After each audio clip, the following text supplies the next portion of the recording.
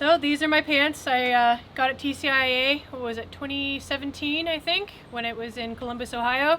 I've worn them pretty much every day since then, up until I'd say about August of this year, and then I switched pants because they were starting to fall apart.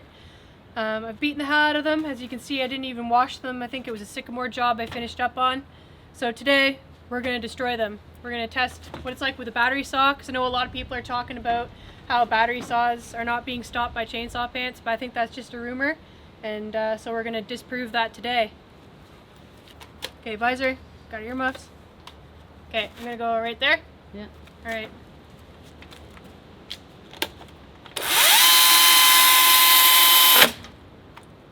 Instant. Look at that. Hardly anything to stop that.